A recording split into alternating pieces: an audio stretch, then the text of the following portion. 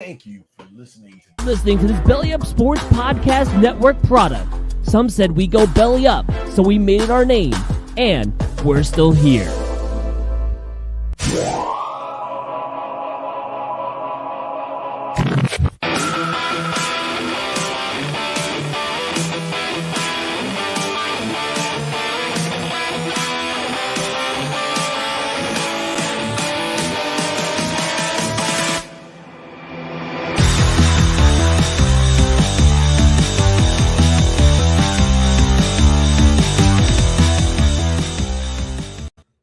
Welcome back to another astounding episode of the Scoreboard podcast. I'm Nick, and with me, as always, is Anthony the Rook, TJ, who's hammered, and our intern stat guy, Sal, who's got some big news that we'll let him plug later today if he wants. I'll let him get that in. Of course. But Sal's got some big news. I'm excited for him. We're all excited for him. Yes, Sal, we're proud of you. So, Thank you guys. Thank you. Get it out of the way right now. Sal, give us your big news. I'm too excited about it. I'm so excited. I'm so excited. I'm so scared. I'm scared because I don't want to lose an intern. No. I have some big news. The other day, I got a job with Wrestling Inc. They are a big wrestling media company. I will be doing live tweeting for them. I'll be a social media contributor for them as well. I actually just got done doing some live coverage of AEW Dynamite. I also do live coverage of NXT on Tuesdays, 8 to 10. And I will be doing AEW Rampage this Friday night at 10 o'clock on the Wrestling Inc. account. So follow along. Round of applause for our guy Sal getting the job. Thank you. Get her done, kiddo. I would say we taught him everything he knows, but that man knows wrestling a lot better than all of us. So I have too much wrestling knowledge. The only thing we taught him is how not to piss off the other people. So, he's gone through a lot with us, and he's learned his own skill of not going too far with us to piss us off as we annoy him. Sal, you can never. He's built up tolerance. He's learned tolerance. Sal, some of us grew up in the 90s, We're just barely millennials. We have thick skin. You can say whatever you want to me, and I'm Irish, so call me any name in the book. You're still upset because you're considered a millennial. That's horrible. That's such a millennial thing to do. Your face is a millennial thing to do. I'm all right with being a millennial. Listen, we're all millennials. Gen X used to get crapped on all the time, and Gen X didn't want to be Gen X. Baby boomers didn't want to be baby boomers. We have to do another Does Millennials Know? We'll do it. One. We'll do it in like a couple weeks. I don't like being tested so much. No, I love it. I think we switch on and off every other week. I got a question though. What's the next generation called? If they're Gen Z, what's the next one? Gen 1? They're called mistakes. I don't think they're planning on us being around that long. But moving on. Good question. Somebody gotta look that up. Our stat guy intern, since while he's still our intern. Sal, look it up. What's the generation after millennials? It's Gen Z, guy. No, I meant after Gen Z. Sorry. Right, like, what's the next thing? Like, what's coming? Like, who do we make fun of next? Trouble. After you, Gen Pain. Z? Do we become? What's coming? You can't call them girls or guys. You got to watch with that. Well, technically speaking, the current generation, like your daughter and your son, are not Gen Z. No, they wouldn't be. So they're that generation. Yeah, okay, I got it. Generation Alpha. Ooh, wow. That sounds legit. Wow. I like that. It sounds like a dystopian. I challenge that. I would love to see an alpha male come out of any generation after ours. Wouldn't your son be a generation after ours? So you're raising a beta son, is what you're saying? I'm not, but I want to see it. Until I make him an alpha, I haven't seen it yet. Correct? Do you have to dub him, or like you like the king, where you have to like take a knee, son? Oh, dude, God, you know what? When he's like 13 and slaps the shit out of me, I'll be like, I'm so proud. I think Guerrero just another one. Yeah, 3 home runs for Vlad Guerrero. Perfect. Unbelievable. Are you kidding? This is fun. Anyway, moving on, talking about baseball. We were talking about that today is our episode 42, and it's also Jackie Robinson Day this Friday. I don't want to spend too much time on this. We already went through our intro talking about the different generations, but I know Nick doesn't like Jackie Robinson Day. I like Jackie Robinson Day, but I just feel like it's a very arbitrary person to have picked. I mean, I don't have any hate on Jackie Robinson. I'm not saying what he did as a player is not significant. I'm just saying is there's no Larry Doby Day, and he arguably played in a worse town than Jackie Robinson, and at the time a worse league, and he made his debut like 95 days later. But if you asked anybody who was the second African American to play baseball, they'd be like, fuck that guy. Well, who was the second man to step on the moon? Buzz Aldrin. Who is the third? That was a bad example. I don't know. I don't care who the third guy is. I know who the number 2 was.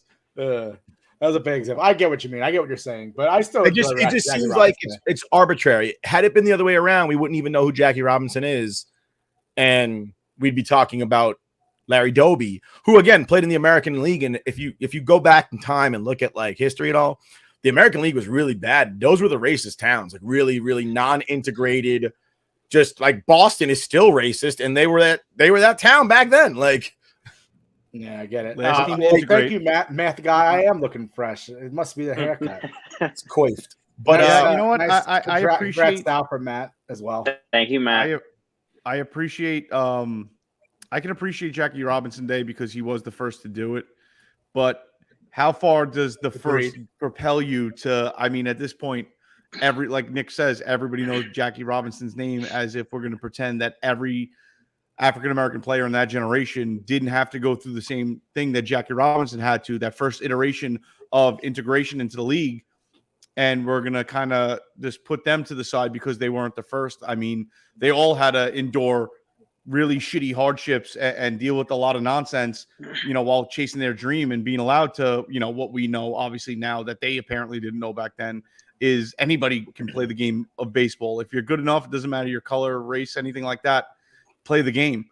I agree. It's definitely arbitrary that it's Jackie Robinson. But I'd argue celebrating him does that though. I'm all right with celebrating him. It's not just for Jackie Robinson; it's for everyone. She said he was the first to integrate the league. So it's like if it wasn't for him to start it, we wouldn't have been here where we are. Or those other guys. Granted, yes, they went through hard times. No one's doubting that. No one's saying that. But I think Jackie Robinson being the first, everything he went through. I mean, it's just we're celebrating him. It's 75th anniversary. It is Jackie Robinson Day. But granted, it's 75th anniversary of the league being integrated and no longer being segregated. So that's what I think you should celebrate. But I think it's a shame that we only know Jackie Robinson and not countless other African-American players that broke the color barrier around the same time. That, I mean, Jackie Robinson's numbers are good, but they're not phenomenal. They were better African-American players than Jackie Robinson back then. It's just that he's dubbed the first. So I feel like more often than not, the onus is on him and the celebration is about Jackie Robinson and not the fact that, this momentous thing of finally getting your shit together and allowing people to have some decent human rights. Yeah, no, I agree. I think the only thing that really bothers me about the entire celebration is that everybody wears 42. It becomes very that part. See, I like that part. I think it's so stupid because I'm sitting there going, "Why is everybody wearing Mariano Rivera's number today?" Well, that's because you're just ignorant. No, I agree with Nick. You watch the game and you're like, wait a second, it's bad enough we have shifts, okay? Now we're going to put everybody wearing the same numbers and the right fielder, the second baseman, and the shortstop are all standing next to each other. Who just caught that ball? I don't fucking know. See, I know what it looks like. If you know what it looks like, you don't have to worry about it. Me and Nick have had this conversation a lot over the years, and I tend to agree with Nick big time that somebody like how come nobody wears Roberto Clemente's number throughout the league? Because I would argue that he's done more for the game of baseball, not just because of his nationality, but done more for the game of baseball. And I mean, it is 3,000 hit charity too, dude. The charities, absolutely, but just his career as well. I mean, he's somebody that we could all celebrate, and it doesn't. I mean, aside from what nationality and race you are, I mean, he's the example of how to be a professional athlete.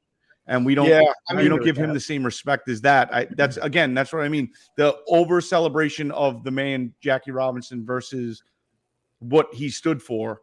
Everybody wearing 42, a little crazy. Everybody wearing a 42. I think everybody should wear a 42 patch. Right. I just don't like everybody wearing that number. Like it just looks kind of stupid. Yeah, I agree with Roberto Clemente. It'd be cool if everyone got to wear 21, especially Puerto Rican players. I know me and Nick, as Puerto Ricans, we respect Roberto Clemente and everything like that. So. Well, I know this would be awesome. There's a large contingent of people that are trying to get Roberto Clemente's number retired throughout baseball. And Jackie Robinson's family came out and said that it would take away from his achievements if they retired another player's number. And that's what I mean. What's his achievement? In my head, I'm like, how just being the first? If anybody could take away your achievement, was it that significant? Because if it's so significant, no one could ever take away the brightness of that achievement. It would be like saying that Babe Ruth's number got retired when Lou Gehrig's number got retired. When they retired Babe Ruth's number, because Gehrig got retired first. When they retired Babe Ruth's number, it took away from Lou Gehrig. The question I would have is if Jackie Robinson played 2 years in the league and washed out, we'd still celebrate him. That's a fact. We'd still have Jackie Robinson Day. Whereas somebody like Roberto Clemente around baseball and how respected he is, not only as a player, but outside of baseball. And he did something just as great with, for the Hispanic community, but yet just in general, because let's be real. Like, I'm Puerto Rican. I don't know people in Nicaragua. And Roberto Clemente died trying to give people in Nicaragua relief. Like, he has no attachment to Nicaragua. He didn't know anybody in Nicaragua. The only thing they have in common is they speak English. That would be like us going and dying trying to save England because we speak English. Like, I'm sorry, I said Nicaraguans speak English. They speak Spanish. That was the only commonality they had. It's a hard language. They spoke the same language. So it would be like me dying trying to save Canadians. Like, I don't give a fuck what happens in Canada. Couldn't care less. Roberto Clemente is a better human being than I don't want to get too lost in this conversation because we got to move on. We got a lot to talk about. You move on. Since we're talking about baseball, trying to take it away from baseball. Stand for it. Let's talk about the New York Yankees returning. They started off pretty hot, then they lost a couple in a row. I know, why are you bored already? We're talking about the Yankees. I mean, it's just why am I bored? Because the other night they got they hit 4 times, and Gallo got 2 of those hits. Embarrassing.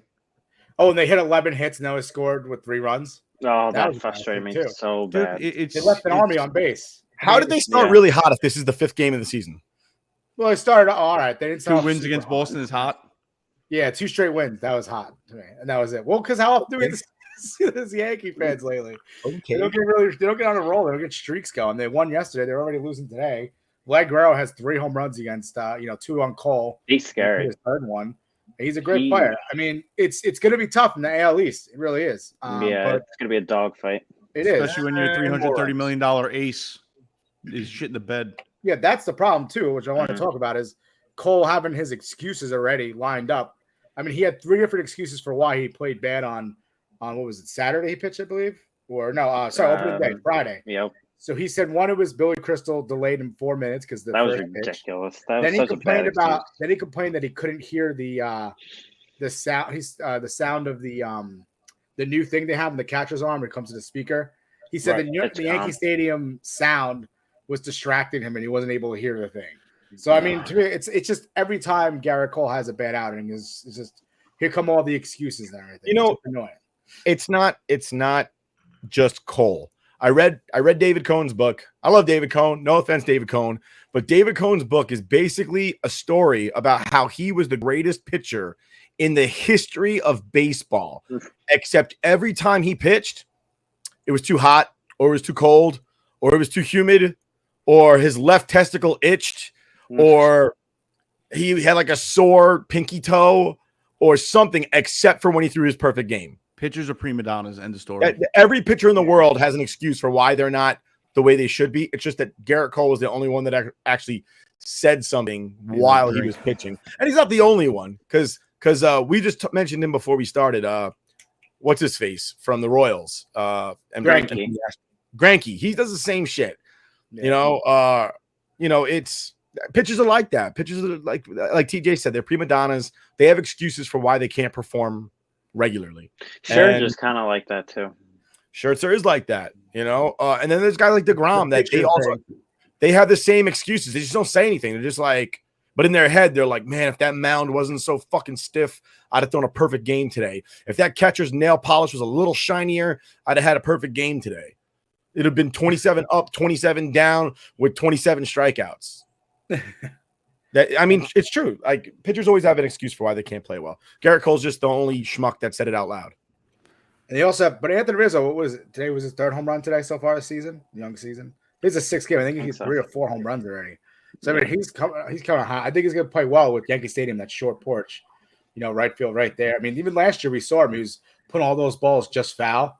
I think about how many home runs he probably would have hit last year if he was keeping those straighter. I think he probably adjusted, and I think maybe he was going to have a good season, a good breakout season for him. I mean, they just signed him. I think it's a positive. I mean, so far for this team, at least you have one of those guys who I can't stand is Joey Gallo. I hated that we traded for him last year. I still continue to hate him. The opening day, they had 7 Ks between Giancarlo Stanton and Joey Gallo. And it's like, this is why they're leaving so many men on base. That's why they have 11 hits and 3 runs in one game. It's just, there's no clutch hitting. There's no one. It's the analytics, man. It's the analytics. Analytics says Joey Gallo is a good hitter.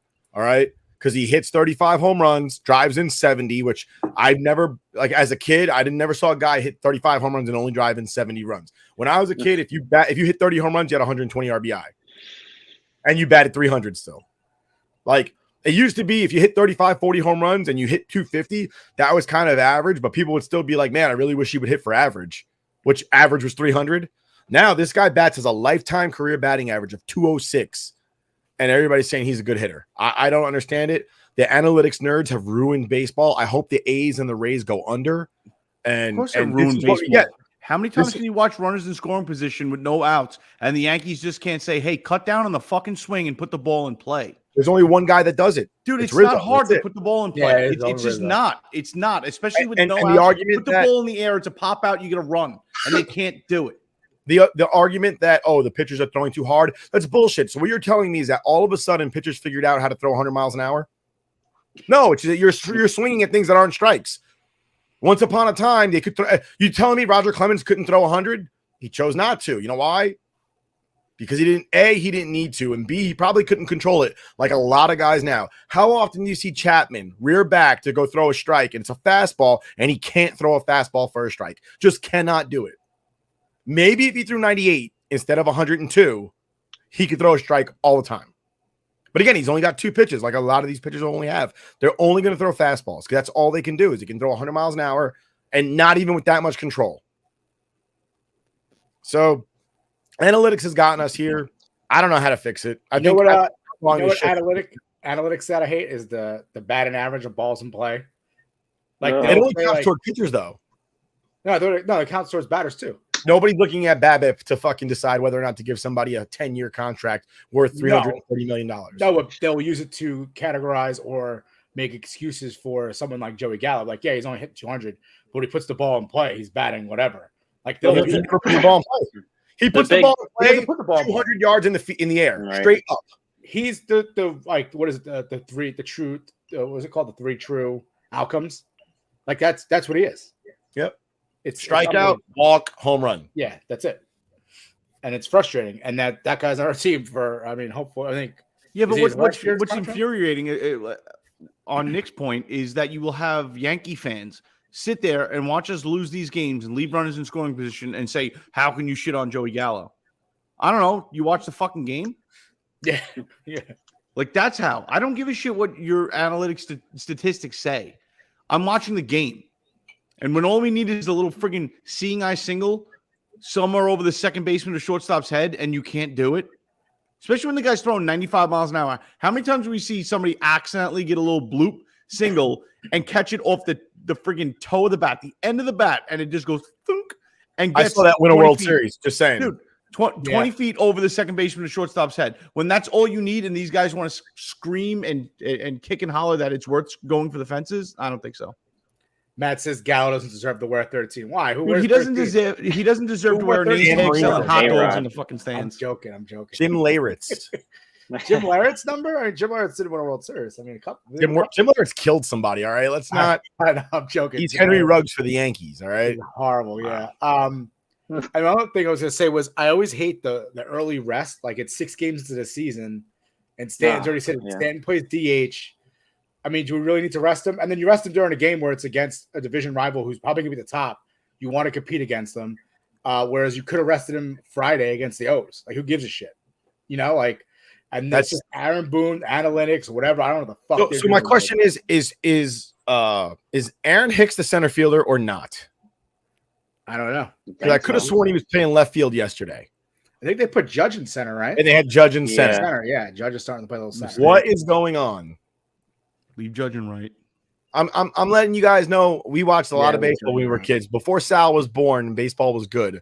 We watched a lot of baseball, and Joe Torre trotted out the same lineup every day for like 5 years, and we won 4 World Series. Dude, I would kill to get the baseball that was when we watched it. Those grinded out games of actual baseball, having a little bit of baseball sense and trying to put the ball in play and grind out runs the hard way, stealing bases, etc.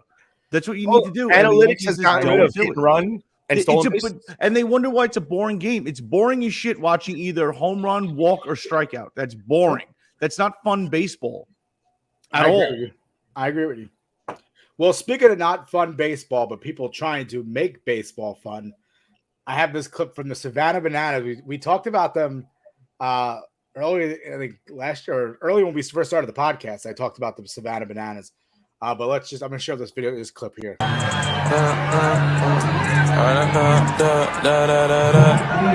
I popped off, then you go gave me just a little bit of lockjaw. Baby, so cold, he from the north, he from the crown. Is his bat on fire? His bat's on fire. Yeah, he's batting on fire. How dangerous is that? It's pretty dangerous. Fuck. It's pretty crazy. Who agreed to that? He swings Who with thought it of too. that? It took me a couple of minutes. I'm sitting there watching it. I'm going, what's so significant? Something's about to happen. Yeah. And then I like focused on the bat. I go, is that on fire? It was on fire. He swung with it too. I had to cut it off at the end, but I just want to point out that whatever substance they put on that bat to make it on fire, if he hits the ball and it gets on the ball, you now have a flying, flaming ball going through the field. Or worse, he tips it, it hits the catcher in the face. And the catcher's blind now because he caught some flaming. Is it wrong that I was just waiting for a broken bat single that just sends a spear of fire at the pitcher's mound? Like, not only did the pitcher get impaled, he was also set ablaze, and we didn't have a fire extinguisher ready because that's just ridiculous. We don't have one on the baseball field. Oh my God! I know that. I've seen that bat before. That bat started the Great Chipmunk Fire of '79. It started a blaze, It started a blaze that leveled the entire neighborhood west of Newton's hardware store. It was still pretty cool though. All right. Well, moving on from the New York Yankees, let's talk about our other New York team, the New York Rangers, clinching the playoff spot. And the big news: they lost. Oh, they won tonight. Won tonight, 4-0 against the Flyers. Cabo Caco's back. He played yesterday. He scored 2 goals tonight. We did a giveaway yesterday for Caco Tuesday shirt. Congratulations to Kyle Dowd. He won the shirt. You'll be getting that very shortly. And shout out to Call Me Snags. He's been helping us out, getting our reach out there to Rangers Twitter. So if anyone's listening, we're going to be busy during the playoffs. We love you, Rangers Twitter. Yeah, we love you, Rangers Twitter. We're planning on doing shows, either be before, during, even after games. We'll figure it out, but we're going to be doing a lot of stuff with Ranger playoffs. Hopefully we're in for a big run. But, I know TJ, Nick, you guys are more the Rangers guys. So if you guys want to talk a little about that, they did lose yesterday against the Canes. They weren't able to catch them in the Metro, but I mean, they started out solid. The first period was pretty good. And then they kind of, once the pressure ramped up from the Canes, they kind of lost it there. Well, that's the thing. It's funny because the Rangers are very good against the boards. The Rangers win battles against the boards more often than not. They need to work on their face-off win percentage.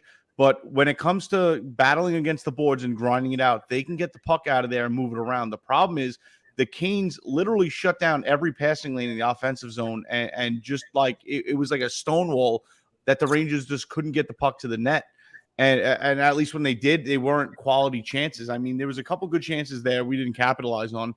But the Rangers do all the right things. It's just that I honestly think the Hurricanes are they're too good, and I don't want to see them in the playoffs. It's like it's kryptonite, dude. They're an excellent team. They check all the boxes. They do everything right. And I mean, between them, the Avalanche out in the West and Florida, I would say, those are my biggest concerns going into the playoffs. The Rangers have the ability to win some of those games, but I mean, on paper and what we saw, on the ice, I think Carolina is the better team, and it's scary. Avalanche up 2-0 right now against the Kings.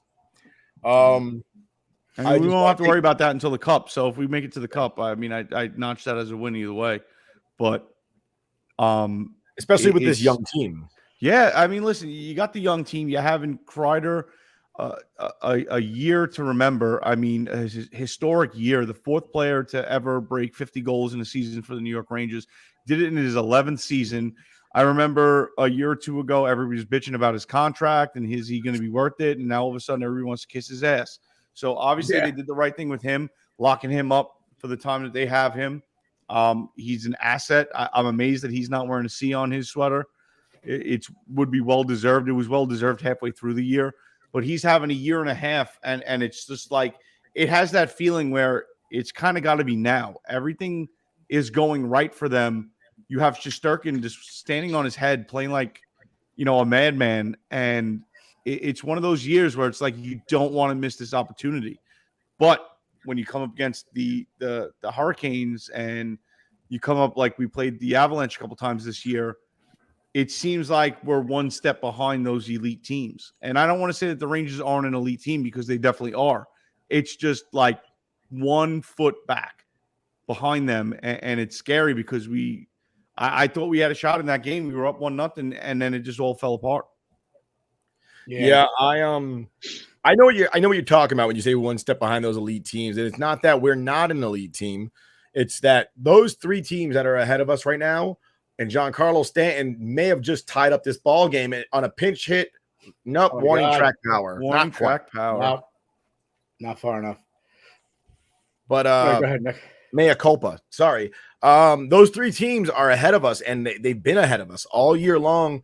And then head to head, we're not doing great against them. We're not doing terrible, but we're not killing it against them. The Panthers and Hurricanes specifically. We're beating everybody else, but they're beating us. So if you had to sit there and call it 1, 2, 3, those guys are in 1, 2. Obviously, they are 1, and we're 2, maybe by ourselves, because we are smacking around everybody else below us. Yeah. And then there's everybody else, and we're gonna have to break through that ceiling of just. Listen, if it comes at the right time, it doesn't matter, and that's all we want. But what's funny is, and I'm sitting there saying, because the Rangers have gotten away from putting Reeves out there a lot. The 4th line's not been playing as much time coming down the wire as they were in the beginning of the season, through the All-Star break. But I think we need to – I feel like the Rangers play a little better when there's some grit to it, when there's some anger, when there's some tenacity, some ferocity.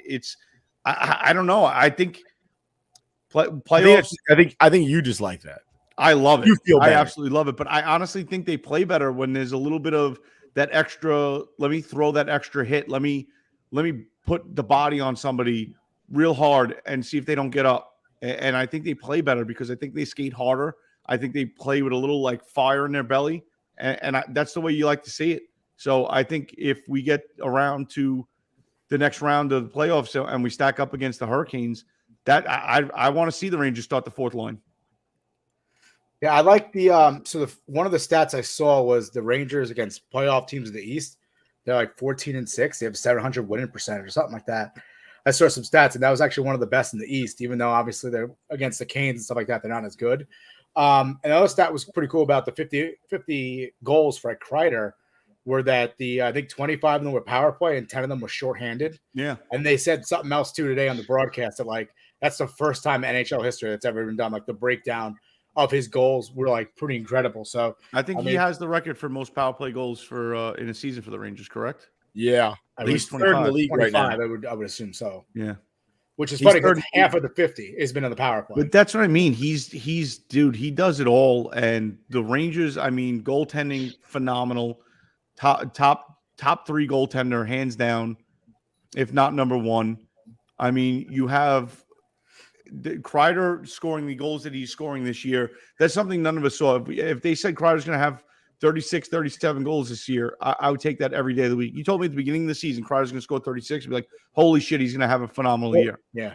There's a lot of Rangers having career years this year. Dude, it's overshadowed. That's the thing. Zibanejad and Panarin, I mean, their point totals are phenomenal, but it's overshadowed by Kreider.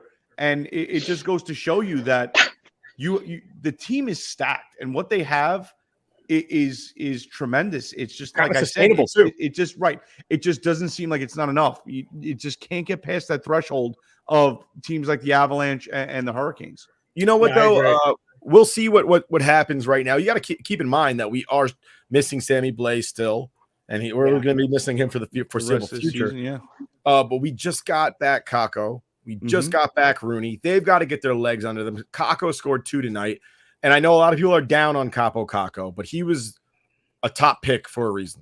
Yeah, right. He was number 1 pick overall for a reason. Excuse me, I believe he was number 2 pick overall. Number 2 is after Jack Hughes. Yeah. He was number 2 overall for a reason.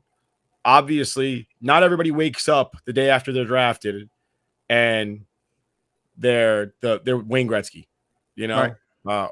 There's few guys that do that. So some people it takes and they all Kreider too. Jesus. Kreider too got to the league and wasn't setting it. Granted, he wasn't a high draft pick like that, but he wasn't setting it on fire either when he first got here. And look, here we are now, 11 years later, and he's got 50 goals. Yeah, and he's third in shorthanded, and I think he's number 1 in power play goals. Right. I mean, look at the Rangers' first pick last year. He's lighting up down in the minors. It's just he just set the record for their league most points in the season. Yeah. But if you watch, I was watching a couple of his highlights, and you could just see the pace of play is completely different. It's slower. You have more room, and it's a big adjustment going from the minors to the NHL. It's a huge adjustment. So the speed is just the fastest guy that you're facing out there in the minors. Everybody skates that fast in the NHL. Yeah. Speaking of fast skaters, how much do you love what's his face? It's not Mott. It's not we just got him. Vetrano? We just got him. Huh? Vetrano? I think no, Vetrano. How much do you love Vetrano? So fast. He was one of those guys where I was questionable because essentially we helped Florida get rid of some cap space so they can pick up Giroux.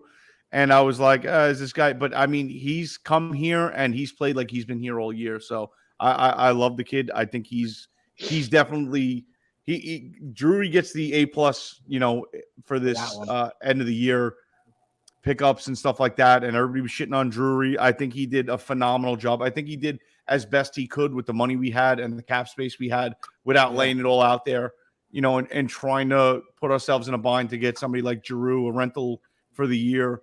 I mean, there's nothing.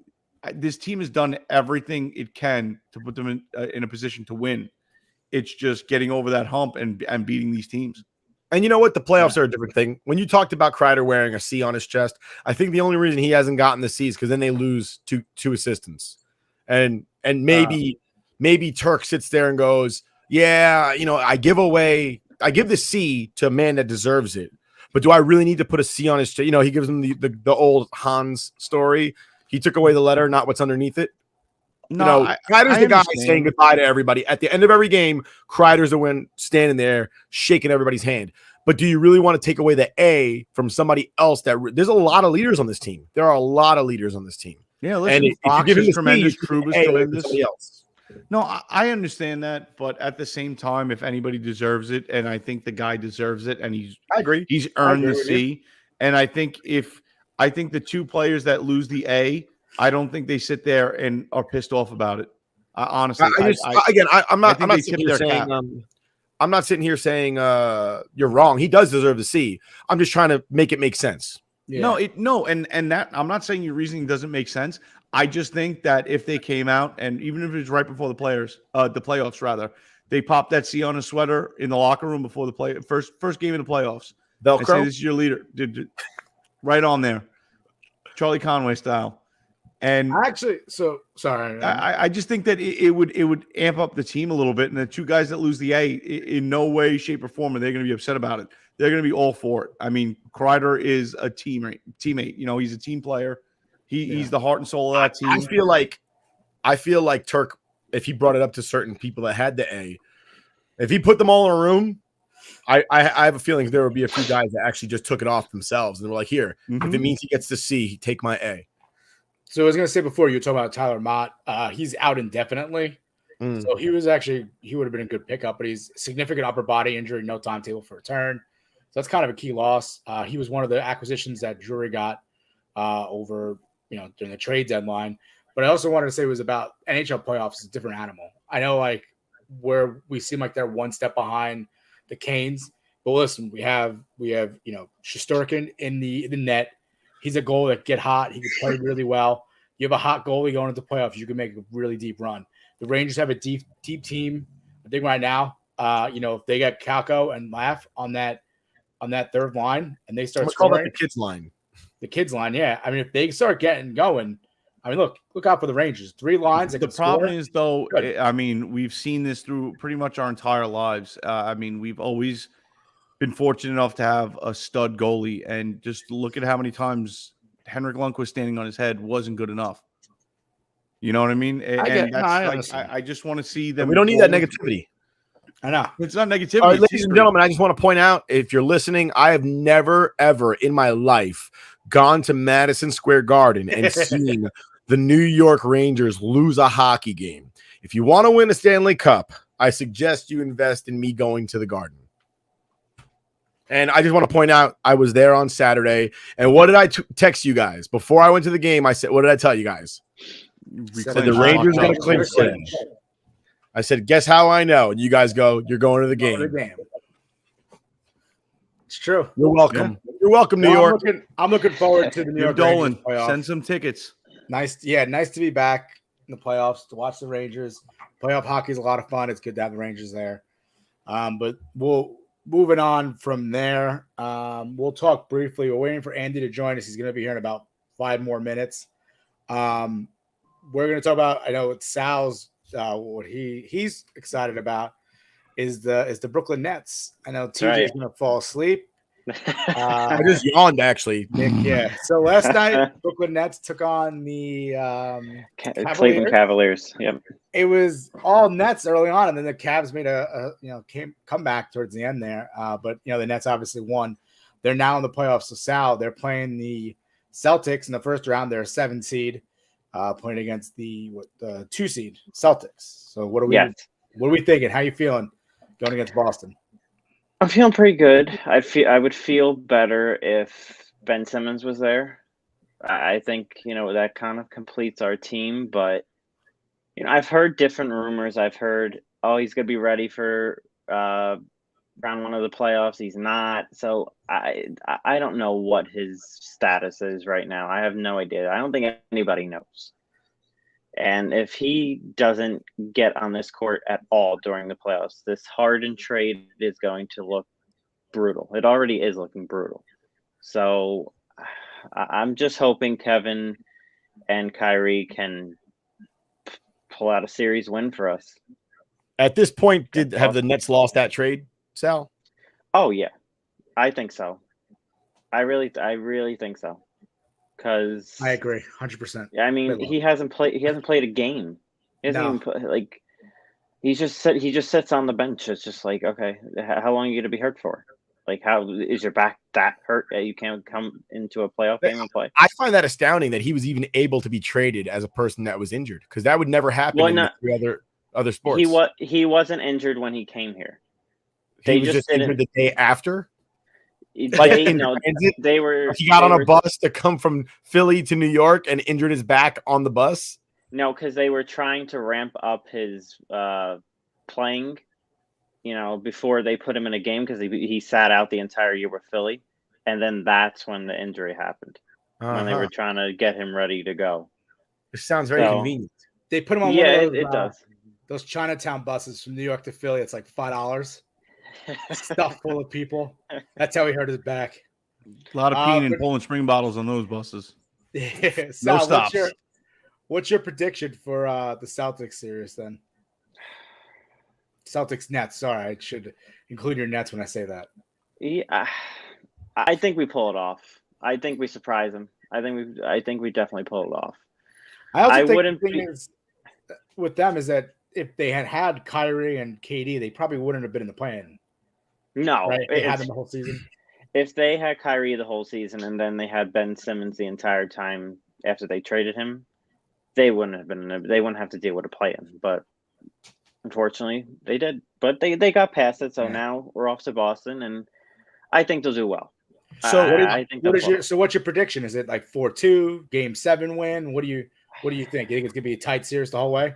I think it's gonna be a tight series the whole way. Yeah. I don't see anybody taking advantage quickly. I heard the Milwaukee Bucks won the finals yesterday. No, that was the Timberwolves. Oh, it was the Timberwolves? My bad. Yeah. The I knew it was one of those Timberwolves beat the Midwestern Clippers. teams. Well, Milwaukee Bucks are an Eastern team now.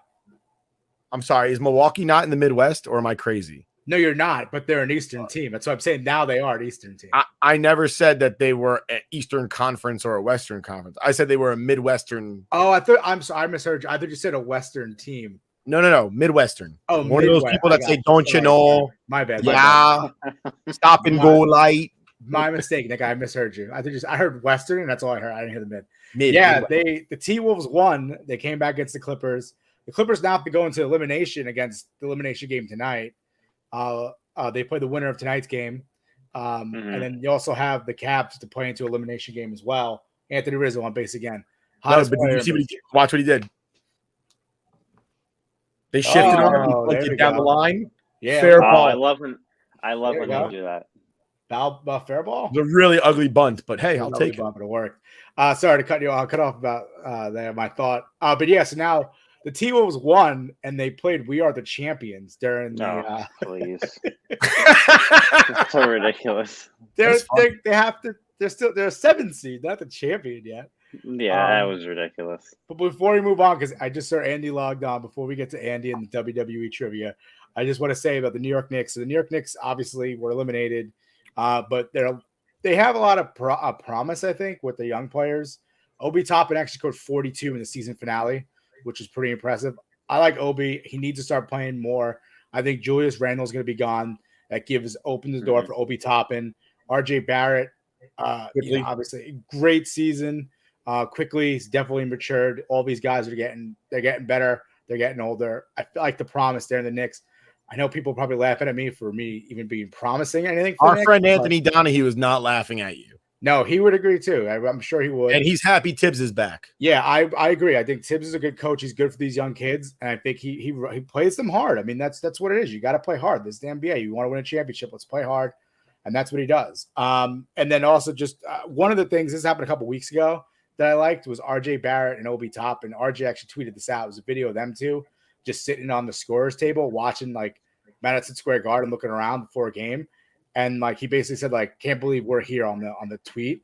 And like I love that when there's like guys who want to be in the Guardian, who want to be in the Knicks uniform, like that's promising for the New York Knicks to guys who want to be here, because obviously all these free agents aren't coming here. We got to build through the draft, eventually show them we could be a contender, and hopefully finally bring in that free agent that's that big superstar to finally put us over that top, make us to a playoff team. And Sal, don't you laugh at me?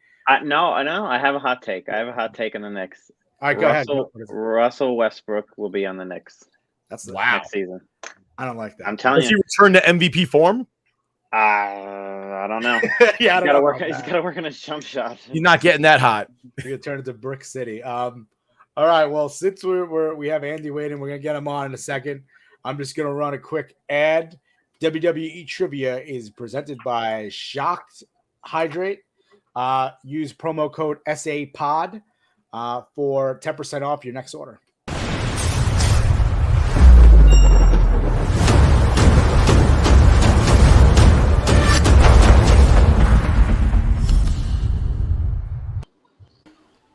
And that was Shocked Energy. And now we're joined with Andy and Matt for our WWE Trivia. Hold on, Nick. I know you want to play the music. Give me 1 second. Let me get the. Are you ready? Damn it, Nick.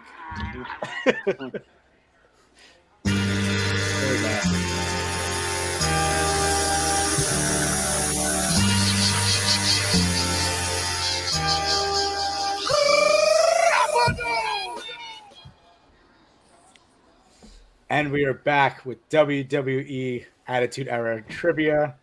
Andy, thank you for joining us tonight. How we doing, boys? We're good. What's up, brother? Good. And Matt, thanks for joining us as well. So, Andy, just a few things. Hold on. Before we get into Andy real quick, Matt, where'd that mic come from? Amazon. It looks familiar. It does. Went in. So Andy, I totally forgot to tell you how this works.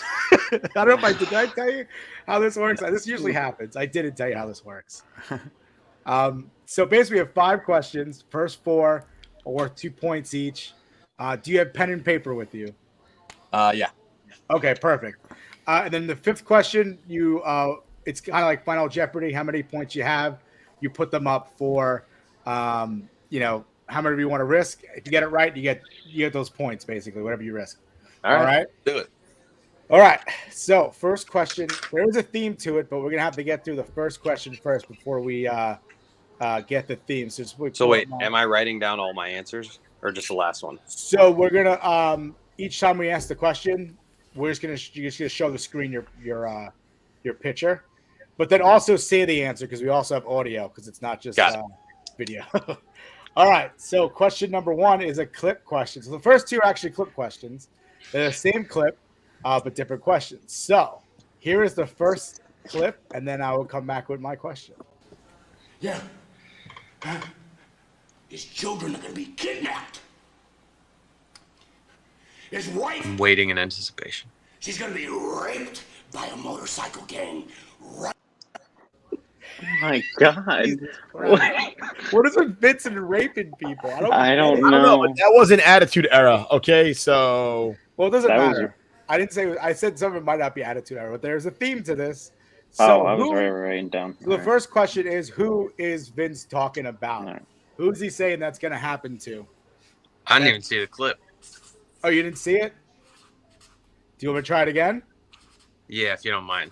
Yeah, I'll do it one more time. Yeah. His children are going to be kidnapped.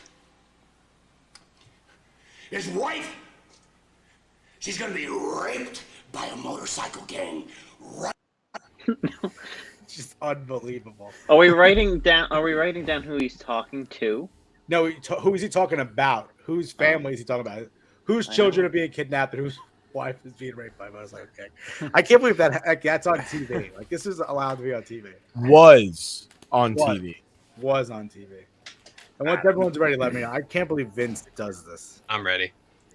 I'm ready. All right. Everyone ready? I'm ready. It's wrong though. There's Yeah, kind I'm of a wrong, hint- but it's kind of a hint in there, but all right. All your answers are written in. Nick. I said Benoit? Question mark? Jesus. Yeesh. Not cool? Yeesh. Almighty. Low hanging fruit. TJ. I said Shawn Michaels. That is wrong. Yeah, fuck you. Sal. Undertaker. That is correct. I Matt? pulled that one out. I don't. Undertaker. Yeah, that is correct. Andy. I said Bret Hart. That's incorrect. So the theme this week is for the WD Hall of Famer, The Undertaker. So a lot of these questions are going to be Undertaker themed. So if you know your Undertaker, hopefully you'll do pretty well in my trivia today. I just want to point out Undertaker's daughter's like 6. I don't even think he had kids then. I don't know. He just said that his daughter's going to get raped. She's 6. No, he said the wife. The What children was would happening? be kidnapped, Oh. and the wife would be. Michelle McCool? She was working for the company. I think Nah. it was 03. That was when he was going against Brock. Sarah was Yeah. his wife still. Yeah, so who is Vince talking to in this clip? So Vince was talking to a person. Who was he actually directing this monologue to?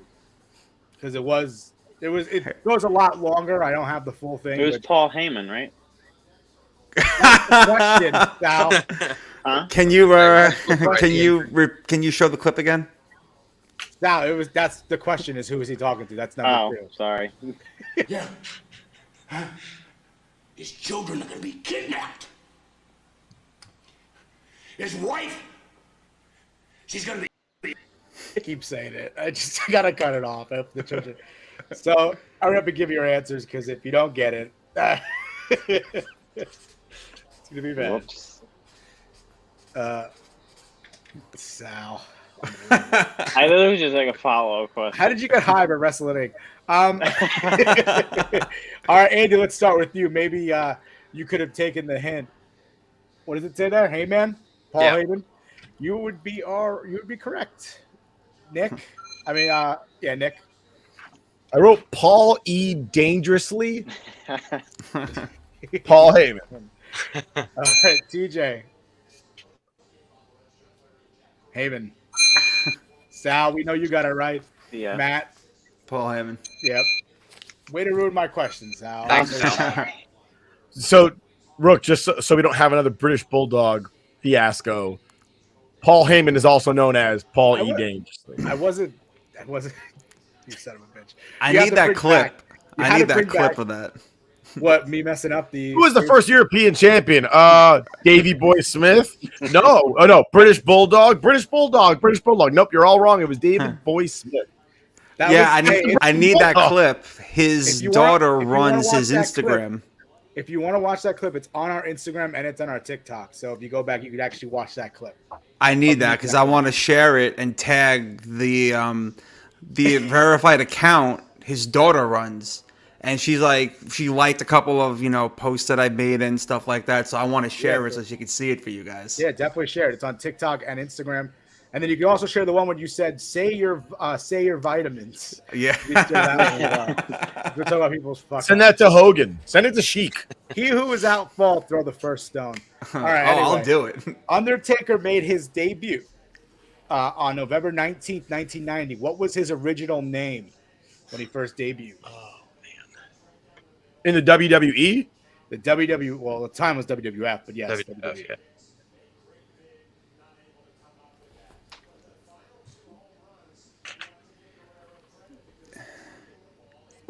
I'm confused with the question. Well, if you were sober, you wouldn't be. Yeah. Do you The mean the? Undertaker made his debut on November 19th, 1990. What was his original name? I'm Got not it. clarifying anything further. The date is there. And that's it, Matt. Even I know the answer, Matt. Stop making it more difficult than it is. Yeah, come on. I think we lost Andy. He's like, Andy didn't like the question, so he left. Nope, sorry, I'm here. He was getting into the theme of Undertaker by turning the lights out. yes, he was. No, I'm on my phone. It's crapping out on me. He's gonna come back with the hat on and just roll his You're eyes just going to up. hear like, dung. All right, Dun. we'll start with Nick. I wrote Kane, the Undertaker. Give yourself a ding, ding, ding, because that is correct.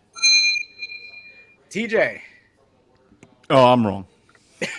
what was your guess? I put the dead man. I don't know. I fucking dead. Fuck you. Sal. I put Mean Mark Callis, but that was supposed to be his WCW name. That's where my confusion came in. 1990, he was in WWF. That I is gave true. the date for a reason. There's a reason why the dates were there. Matt, what did you put?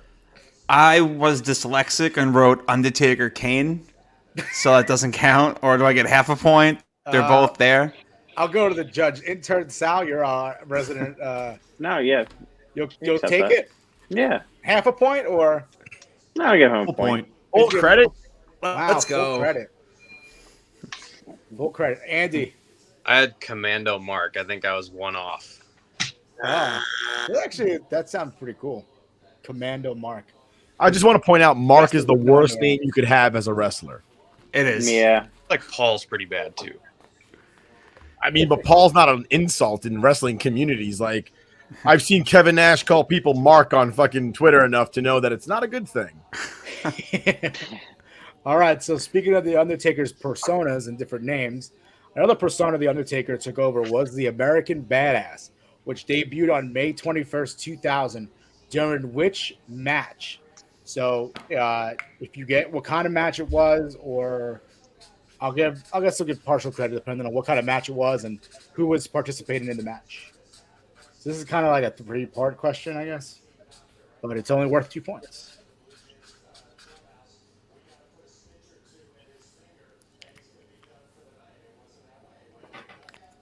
Come on, Nick. Even I know this. I just saw it the other day. I don't remember. I know. That's what you're up to. I actually read about this, and I actually want to go back and watch it because it's I don't It's think. really good. Here we go. still thinking about it. Andy seems like he's ready. We're gonna go to Andy first here. Once Nick's in, we'll go to you first. You seem like you already know this one. Oh fuck no! All right, go ahead.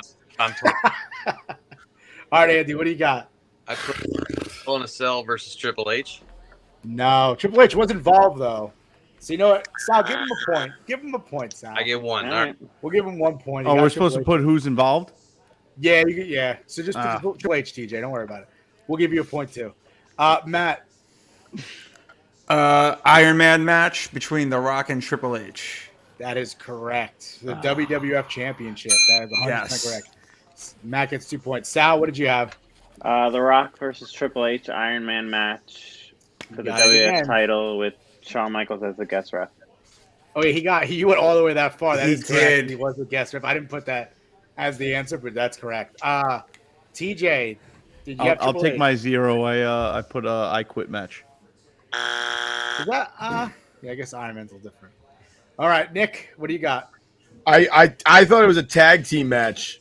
Triple H and Angle versus Jericho and whoever else was in that angle at the time.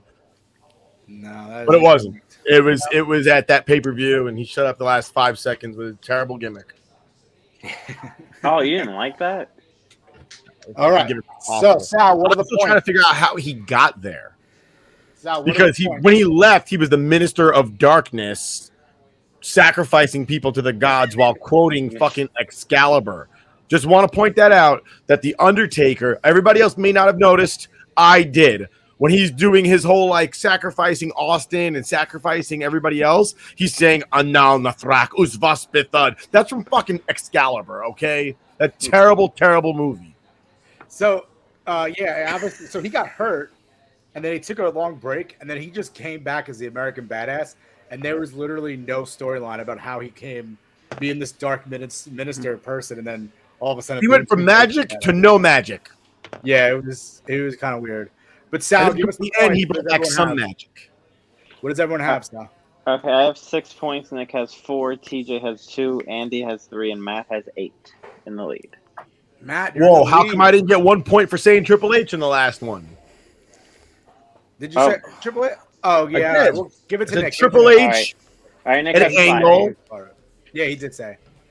So what is it? Nick has 5. Yes. Some All right. speck on my name. Everyone, put up your points. What do we got? Matt's going all in. You're not going to play it safe. Andy's going with 3. He's going all in. Sal, you going all in? Or you're playing it safe. Yes. All in. All in, TJ. baby. Going 1 point. Yes. I'm hoping everybody gets TJ's it wrong. gonna win. TJ special. What are you going? 4. So you have 1 point. All right then. It could be Here's tied. TJ Nick. special. Here's the final Jeopardy question. Undertaker's first match was against which opponent? Undertaker's first match, the one that he debuted on November 19th, 1990. Who was his opponent? Oh, I feel like it was some jobber. That's how I'm thinking. Gotta keep thinking. Someone's TV is feedback. I feel like I'm hearing a TV on. It might be mine. I didn't think it was that loud. Sorry. Yeah. Does everyone got their answers in? So his first opponent in his debut match. Yeah, As November Undertaker. 19th, 1990, as Kane the Undertaker. Back when Piper called him, look at that ham hock. What's worse is I've seen like all like the Undertaker documentaries like in the last week, and I don't remember. There's All right. there's more than one. I saw all of them in the last week. I All was right, telling so- you guys about it. So let's go with the answer. So let's go with the reigning champion. Everyone's in, right? Everyone's good. We could start answering. Yes. All right, reigning champion Sal. I took a guess. I knew it was Survivor Series, but I put Ted DiBiase. That's incorrect. Yeah, I had a feeling. Matt, what do you got? I just wrote it was a Survivor Series match. I didn't. There's 4 guys. So I don't know who you're looking for. So that's incorrect. Andy, what do you got? I got the other guy because I have no fucking idea. Nick, what do you got? Some jobber. No, that's incorrect. TJ, here's your chance. I win Mr. Perfect. Maybe it could be. It was Mario Mancini. No, that's not. I don't know. Yeah, some jobber, like I fucking said. Yeah. That's not correct. That actually, Matt, we have a tiebreaker, so we have to go to the tiebreaker question. Because we have who has 1 point. That's Nick and TJ have 1 point Yep. each, right? Yes. Nick, you got it wrong. You risked 4, so you have 1. I had 5. I have 1 You point. have 5. So does TJ. I was raising my hand like I have 1 point. Oh, I thought you meant. I know. I said you 2. I thought you were saying you had 5. Okay. No, I was raising my hand. Tiebreaker question. Hi, I'm here. Tiebreaker question to answer Matt's question, because Matt was wondering why I'm saying that's not the answer. What was the first televised debut of The Undertaker? And who did he partner with? There's a big hint there. Matt's like, I hate that you asked this question. This was actually really tricky. If you Is this don't just know between? Is this just Nick and TJ now? it's just Nick and TJ, yeah, because they're the ones that are tied.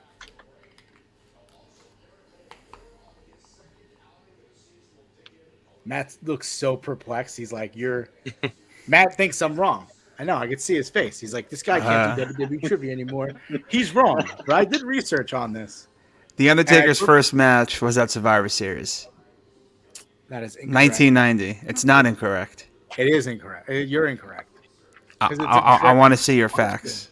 I do have my facts. I want to see them. Nick, TJ. Nick, what's your answer? I said it was a Raw mispicked.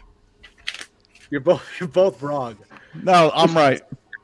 100% correct. TJ wins. To explain this, the first match of The Undertaker he debuted was a road show.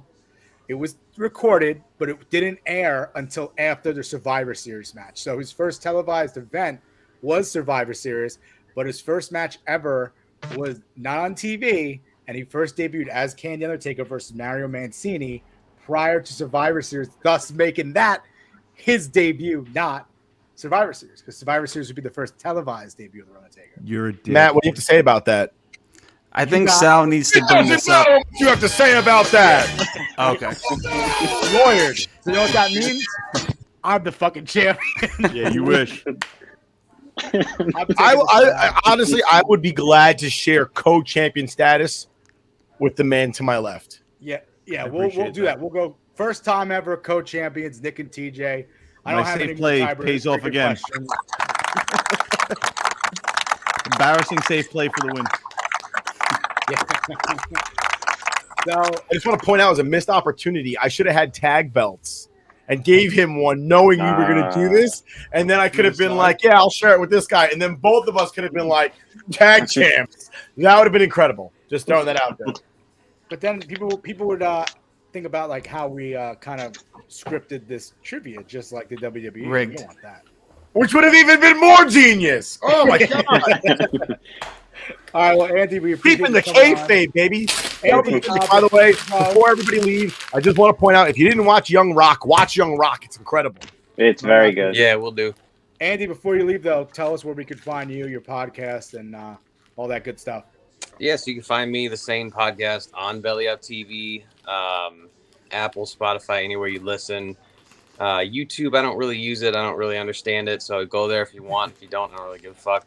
But we're out everywhere. I was supposed to have a new episode today. We'll be dropping tomorrow. So if you do follow us, wait for it tomorrow.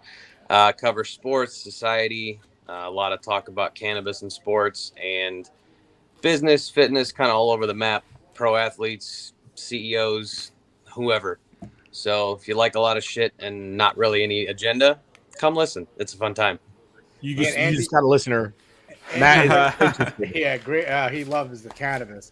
But So do Andy I. was great. He joined us for the Masters show. We talked about food, Masters dinner, food at the turn, what golfers would pick. It was great. So if you guys check that out, that's on our YouTube page and on our anywhere podcasts are available. We have that available as audio as well. So Andy, we do appreciate you joining us today. We will see you again hopefully soon. Yeah, thanks, you, fellas. brother. Have a good one. Take care. All right, Matt. We'll see you later, bud. All right, guys. See you later. Thanks again, Later, Matt. See you later, man. Thank you. Have a good night. Good night. And then there was 4. Sure. Kind of go back to the rundown. I think It was a good movie. You know who it starred? The Rock. The Rock. The Rock. All right, I think we only have 2 topics left anyway. So let's go to the TikTok sensation, Yes. does Gen Z know? And I'm actually pretty excited for this one. I think I have a good one here. I'm gonna go first. I know TJ has a question too. But before we go to that, I don't have a question. I'm just excited to be a part of it. all right. So we're gonna do theme song, and then we're gonna have TJ's question. and then we're gonna be I'm done. never good on Nick, theme come up songs. with a question in between. Yeah, try to come. All right. So here you go, Sal. There Yes, you go. this theme song. And you know what? I don't even care. I'm letting this one run. I don't care about the copyright claim.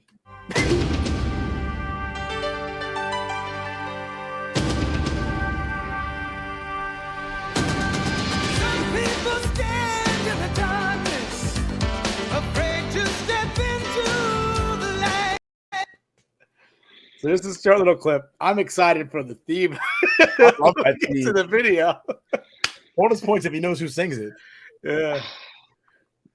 The guy who sings it sounds familiar. Oh, does he? The no show's coming to mind. Give me some hints.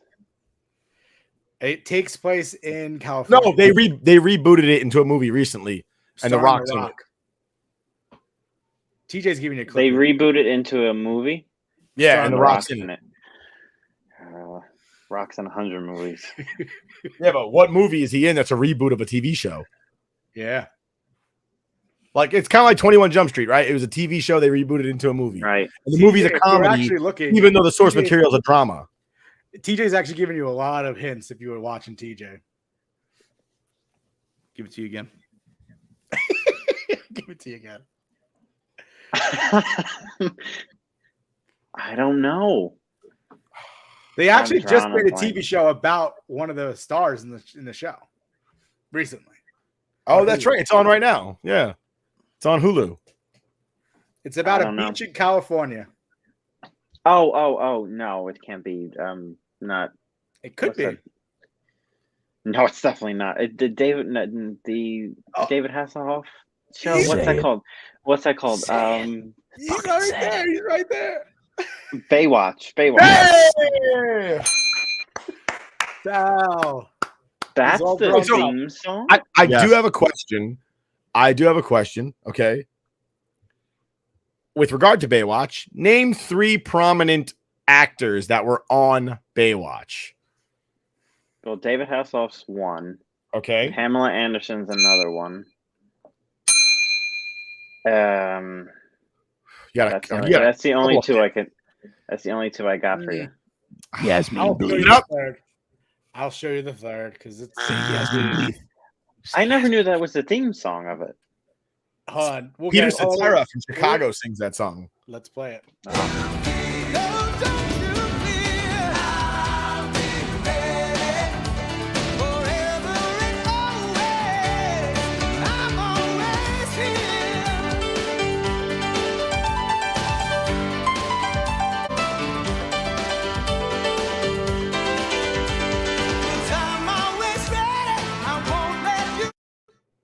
Yasmin Bleeth. Oh yeah. Can you put that back on for a minute? Can you go back, play one more time for us? That was I love- awesome. Don't hassle the Hoff. Have you guys seen I like Yasmin David Bleeth lately? It's kind of sad. Nah, Yeah, she's no, not, I'm good. she's not like that. Well, I mean, she got older. It happened, you know. Who? Pamela Yeah, but Anderson? man, I mean, too. even Helen Mirren's still kind of hot. She was in Excalibur. But yeah, It's all a retcon, ladies and gentlemen. all right, TJ, what's your does Gen Z know? Okay, here we go. In the 90s, there was a cartoon about a boy who had his own laboratory hidden underneath his house. The name of the show was Dexter's Laboratory, starring Dexter and his somewhat dim-witted sister that used to be able to get into his laboratory and foil his plans accidentally. What was his sister's name? I knew you were gonna ask that. She was blonde. I know that, right? Yeah. Wasn't she blonde? Most people that ruin the world are. She wore like a pink dress or something. Most blonde women do. It's not Debbie. It's not Deborah McMichael. It's not Deborah Morgan. What does it start with? We can't tell you that because it gives Yeah. away the answer. It gives away the answer. Yeah. I watched this show so much as a kid too. I should know this. It's the When he was second watching show. the classics. It's the second show with a character named Dexter with an annoying sister. The other one is the TV show Dexter. Dexter Morgan and Deborah Morgan. His sister is so annoying in that show. One of my soldiers was like Mandark. Mandark. He's about to get promoted to sergeant too. You know who voiced Mandark? The nerd from Greece. Really? Oh Yeah. shit! I hear it now. Eugene. Yep. Oh wow. My soldier Wasn't it- laughs like that too. It's creepy. Was it Olivia? No. Olivia? Well, Sal, 1 for 2 isn't too bad. No. Correct At least answer I know is what Dexter is. He Didi. did know Dexter because he was. What is it? Didi. Dee Dee? Ooh, I would have never gotten that. Which is That's why why- you were like, "What does it start with?" And I was like, "D." You'd have been like, "Ah, Dee Dee." Yeah, you wouldn't have been able. Her real name should have been Dee Dee. Give it an X. Hit him. Yeah, 1 for 2. Hey, 1 for 2 is pretty good. I'm pretty proud of the Baywatch one because I love. You're doing better than Joey Gallo. You got a question, Nick? Oh, he yeah. actually put the 3 stars of the Baywatch Oh, okay. before we did the theme. Yeah, that was it. That was. Everybody forgets that Yasmin. And that Lee- was Gen Z now. I knew Sometimes. half of everything. Does Gen Z know? Well, You know what they say, right? he knew half. 2 out of 3 ain't bad. I heard that once before. Does the 80s now. Rest in peace, Meatloaf. Oh, That's right. God, he died. Fuck. Yeah, I forgot about that. Anyway, All right. Well, we're Let's moving bring it on. back. Bring it back to Sal, something positive, boys. we're gonna say goodbye to Sal for a little bit. We'll bring him back towards the end. Alrighty. Thank you for sticking with us. Yeah, of course. All right, TJ. This is Dude. one of my favorite things doing PGA picks, and we're going to recap a little bit of the Masters as well. So the Masters were this past weekend. Augusta National looking There we as go. beautiful as always. Oh, Bright yeah. green grass, white sand bunkers, beautiful Pimento cheese sandwiches and whatnot. the fake azalea drinks, the fake Yes. bird noise being pumped in as Scotty Scheffler walks to the 18th green. Dude, And, I just learned this year as a diehard PGA fan that you will not find a single squirrel on the golf course. And apparently they fucking hunt them sons of bitches to extinction. Yes. they have Bill Murray doing it. Yeah, Dude, I'm telling you right now, if I could retire right now and get a job as the squirrel hunter of Augusta National, I would take that up. I would take up that Kill a mantle. squirrel? No problem. I think got it's really Bill- interesting. TJ keeps freezing. His face keeps freezing, but his voice keeps going. Yeah. Remember the time he caught a rabbit in his garage during the show? Oh yeah, I remember that. Yeah, that was funny. Cornered Now that I son think of a about bitch. it, in retrospect, he probably could kill a whole bunch of squirrels. He definitely could kill a bunch of And squirrels. He I could released probably him bare into the hands. wild. Michael Myers. Listen, started I am killing not people. opposed. I already told Nick that his pet turtle Frank would make an excellent soup. Touch my turtle, I'll break your face. I'm not gonna touch him. I'm gonna eat him. So Scotty Scheffler won the Masters. Scotty And the Scheffler. only- Listen, he wasn't my pick to win. Dustin Johnson was my pick, who did pretty damn well. Considering his driver kind of gave up on him, he stopped using the driver for most of the third round, which was horrible. I mean, completely took him out of the contention. But I guess he felt that strongly about not hitting it. I think he only hit it 3 times in the whole Yeah, he round. gave him that. Yeah. So, but I did say Scotty Scheffler was somebody I was also betting, somebody that I thought was going to be in the mix. So I made some money this week. I'm happy about that, boys. If you stuck with us and took any of our bets and took our advice, you would have hit 3 out of the last 5 tournaments. So I think that's pretty damn good. Yeah, definitely. I agree with that. And Scotty Scheffler looked pretty awesome from Friday on. I mean, Thursday was bad. He just wasn't the leader. But then Friday he took over. He had a 5-stroke lead after 36 holes. And if you caught my Masters recap on our TikTok, I had said that out of the previous 6 guys to have 5-stroke leads after 36 holes, 4 of them went on to win. And Scotty Scheffler's number 7, makes it him it was the 7th person to do it, making him the 5th person to then win the Masters. And it was Who pretty was much that guy to blow that lead? Was that Norman? Yeah, Greg Norman. Greg Norman. Yeah, Greg Norman was one of them. Scotty Scheffler, the only imperfect time that he had this weekend at Augusta was putting on Closed it down to 18, 18. and then 4-putt it? I think he 4-putted it. Yes, he 4-putted it. Yeah, because he went 2 over that hole, and he was at 12 under. He went up at 10 under. So The best part about that is he asked his caddy, like, how many strokes am I up? Yeah, you can see him. We call that the Knicks special, by the way. Well, Dude, good thing he was I'll up by take a it. lot because he Yeah, ended thank up winning goodness. by 3, but he was up by 5 at that point. So he was Dude, able to- once again, the same thing that happened when Tiger Woods won the Masters. That 12th hole will do you in every time. If you hit the Yes. water, it completely collapses and handicaps Cam your Smith. round. And Cam Smith goes right into the water. And it's just one of those things where that hole is just historically, it will make or break you. And all you need to do is hit dry land to stay in contention on a Sunday at Augusta. And he found the water and just put himself in a hole, couldn't get out of it. And he was playing, dude, I was nervous. I was sitting there nervous. I know you had him bet. And, you know, not that I don't want to see you make some money, but I'm sitting there like, come on, Scotty, don't fuck this up, please. And I see Cam Smith go in the water. I was like, it's over. Locked up. Yeah, once that happened, it's it one was of those pretty things much you can't come back from.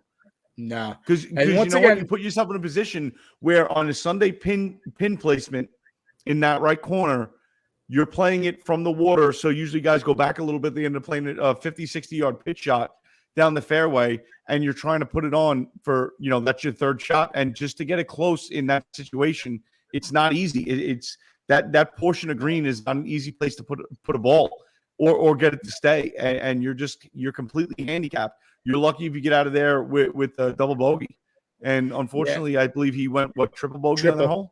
He had triple bogey on that hole. And dude, that'll kill you every time, especially when you're chasing, when you're in the hunt and you're already fighting to get any strokes you can gain on the leader. To pull a triple bogey, it's just over. Yeah, and that gave also Scotty the breathing room. Once again, Rory McIlroy, you know, he has a great Sunday again. He chips in, I think, for birdie from the bunker on 18. Yeah, on 18. That was an incredible shot. And then Morikawa did the same thing. Morikawa did the same exact thing. They both did it. Dude, glorious. I gotta say though that celebration by Rory was a little lacking. I mean, like kind of sideways twist, club throw, and then instead of putting his arms up in the air, he went like that, as if like he was shooting lightning out of his fingers at the crowd. I didn't get that at all. I'm questioning, but listen, I mean, good for him. I couldn't do that. So celebrate however you want. You throw your shoe at somebody, I don't give a shit. And then the other imperfect moment for Scotty Scheffler was trying to put the jacket on while Hideki Matsuyama in the Butler cabin. Besides those 2 points, you know, Scotty Scheffler, you can't have a better weekend than that. You can't have a better start to a season than Scotty Scheffler is right now. He's world number 1. There's now 4 wins, and he just won a major.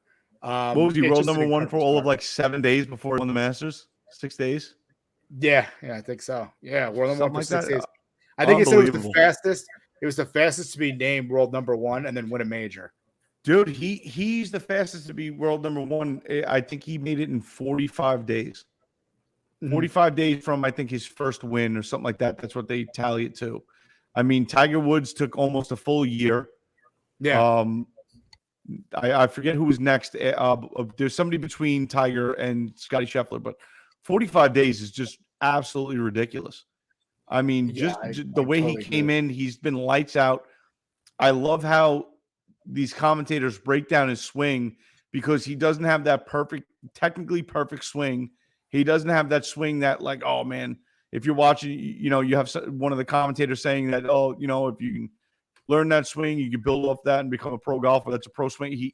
They always seem to be picking apart his swing, and I love seeing somebody like that just gets the ball there. It doesn't matter how you get the ball to the hole. If you get it there in you know, strokes under par, who gives a shit? Yeah, I agree. And you know, he's playing great right now. You know, we'll see where he ends up the rest of the year. You know what's crazy about it though? He's not favored for the PGA Championship. They're still giving it to Rahm. Rahm's the favorite right now to win the next major, which is kind of crazy when you think about how hot. You know what? It's funny because he hasn't played solid golf this season since he was world number 1 going into the season, and then now losing the world number 1. He hasn't played solid golf. To see him as the favorite, and me and my cousin were just talking about it. Shout out to Brian. I don't see myself betting Jon Rahm until he can show that he can win again, or at least be in top 3, because he's been way off. He's off the mark, dude. 100%. He's off the mark. Yeah, I agree. So, but we'll move on here because we're running a little short on time. Yep. I guess we'll go quick here with our picks. So our picks are presented by pinsandaces.com, our new partnership. We're now brand ambassadors for pinsandaces.com. So go to pinsandaces.com, promo code SCOREPOD, and you'll get 50% off your entire order. The cool thing, I think they just did the Augusta stuff, so you may have just missed that. It's pretty much all but sold out, guys. If you want to get some Augusta stuff, and I think they just pulled it off the website, but they did just a lot of nice and cool stuff there. Yeah, they just released their spring collection. I actually I have stuff on the way. I got a ball marker, the Uncle Sam ball marker, and one of the funny ones they had is the Happy Gilmore cracker as a ball marker, which is pretty funny. And they have really cool shirts. And one of the cool things about their shirts is they have their polo underneath the buttons. They have like their brand symbol, the pins and aces, like the spade. But then in between that, you actually could put your sunglasses into it as opposed to sticking it into your buttons, which is pretty cool. Cool little feature. Dude, their polos are pretty solid. Their head covers are tremendous. I mean, I've never seen a wider range of head covers in my life. Yeah, and they're all, topical, pop culture stuff. It's if you haven't checked them out, check out Pins and Aces. You use our promo code ScorePod, but they have quality stuff. I mean, they go with the times. It's not your typical barrel head cover, nonsense, random pattern. I mean, it's pretty cool stuff. So please go check them out. Yep. And then what just brings us to our picks. So today, let me say this week, PGA goes to RBC Heritage at Harbortown Golf Links in Hilton Head, South Carolina. It's a loaded field. Cam Smith, Colin Morikawa, Justin Thomas, who all just finished top 10 in Augusta. We have Stuart Sink, who's defending champion, and Webb Simpson, who's a 2020 champion, both also in the field. So I'll go quickly with my pick. So Fitzpatrick actually ended up missing the top 10 last week at Augusta. That was my pick, was Fitzpatrick in top 10. He did hit the top 20. So this week I'm going to take him as a top 20. I think he's one of these guys that I'm riding. He's playing really well this season. I think we're just waiting for him to crack that top 10 and to crack a win finally here. But I'm going to go to him top 20, which is a plus 110. He's also 20 to 1 to win, so plus 2,000 if you want to take a shot at that. The reason why I'm going with him, and he likes playing at this course. In this event, top 4 in the last year, a top 14 in 2018 and in 2020. So he likes playing this event definitely. My next pick is going to be Corey Connors plus 2,600 to win. He played pretty well last week at Augusta. He was a top 6 finish, and also I'm going to play him top 20 plus 125. Last year, last week I did a lot of guys top 10. And I had just missed them. So this week I'll be a little cautious and go with top 20 picks as opposed to the top 10s. And then I'm going to go with Cam Smith again, plus 1,400 to win.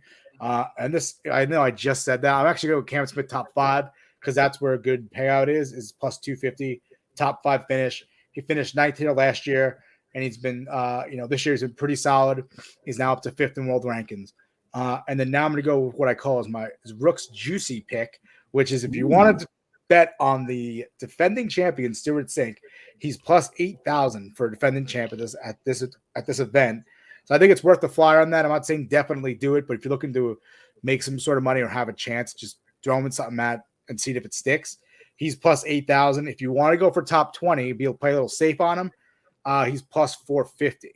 Again, he hasn't played well this year, but for a guy who's won here before, won this event, I think maybe it could be a time for him to step up. So we'll see. Hopefully, Stuart Sink, that'd be my pick if you're going to look at someone who could play here, someone who's defending champion and has a good amount of juice on their picks, on their odds. So all TJ, I can say is you son of a bitch, because I take all your picks. I did take Corey Connors as my winner, but I also bet Justin Thomas as the winner. I think Justin Thomas has a good shot. He had a good showing. I think he's starting to come back around. But I mean, Corey Connors is the play because plus 2,600. Justin Thomas is one of the favorites, plus 1,300. Those are my 2 picks to win. And then I played around a little bit, and I really like the odds, especially on FanDuel, for leader after the first round. So I took Cameron Smith, leader after the first round, plus 2,900. I took Joaquin Niemann, same thing, and he's plus 4,000. And I took Justin Thomas, same thing, plus 2,900. So spread my money around a little bit just to get a little piece of the action. But I mean, I'm betting $10 units on this just to goof around, and $10 on Justin Thomas plus 2,900 will net you $290. $410 on Joaquin Neiman plus 4,000. That's with the $10 back after the bet. So $400. And same thing, Cameron Smith. I put $15 on Cam Smith to come out hot. $15, 20 plus 2,900.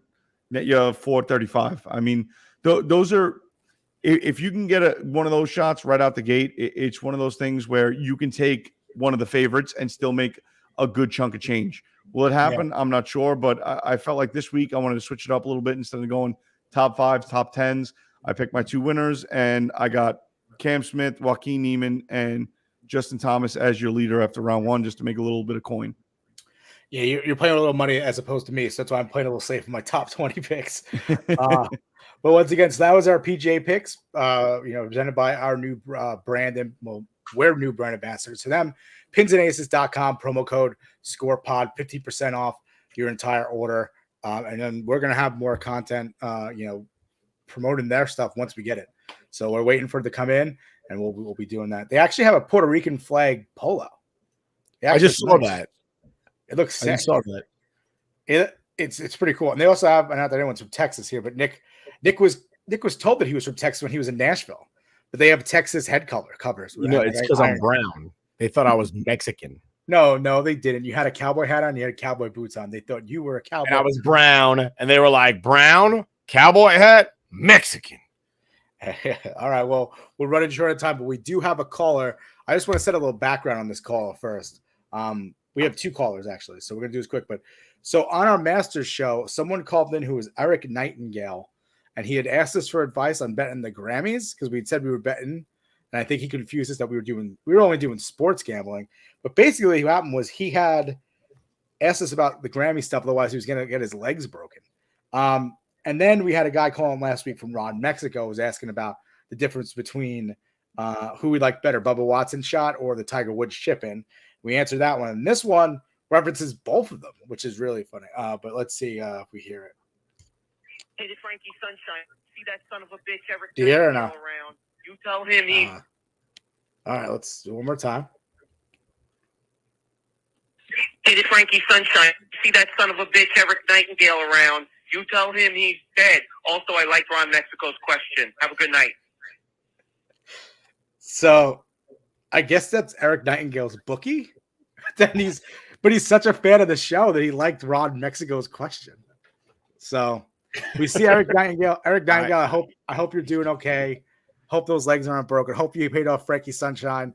Guys, listen, bet with FanDuel or DraftKings or Bet365 or one of these companies because you don't want to get your legs broken. Yeah, you don't want Frankie Sunshine coming after you, breaking your legs. But I think we have one more. TJ, do you have your phone up or no?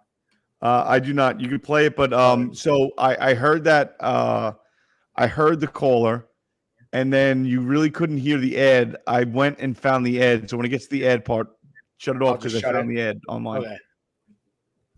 Hi, my name's Walter, and this question is for Nick. Nick, you seem like the type of man's man that would like to go to a dude ranch, enjoy nature, all of God's great gifts, ride horses, wear your cowboy boots, nice Stetson hat, and I'd just like to invite you out to my ranch. It's called Ram Ranch. I've made up a little promotional radio ad. I'm going to play it for you, and you can let me know. Reach out to Walter if you'd like to come out free of charge, of course. All right, so what's the ad? So I found Ram Ranch online, and this is the promo.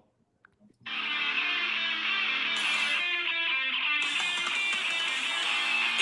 naked cowboys in the showers at Ram Ranch. Big herd throbbing cocks wanted to be sucked. 18 naked cowboys wanted to be fucked.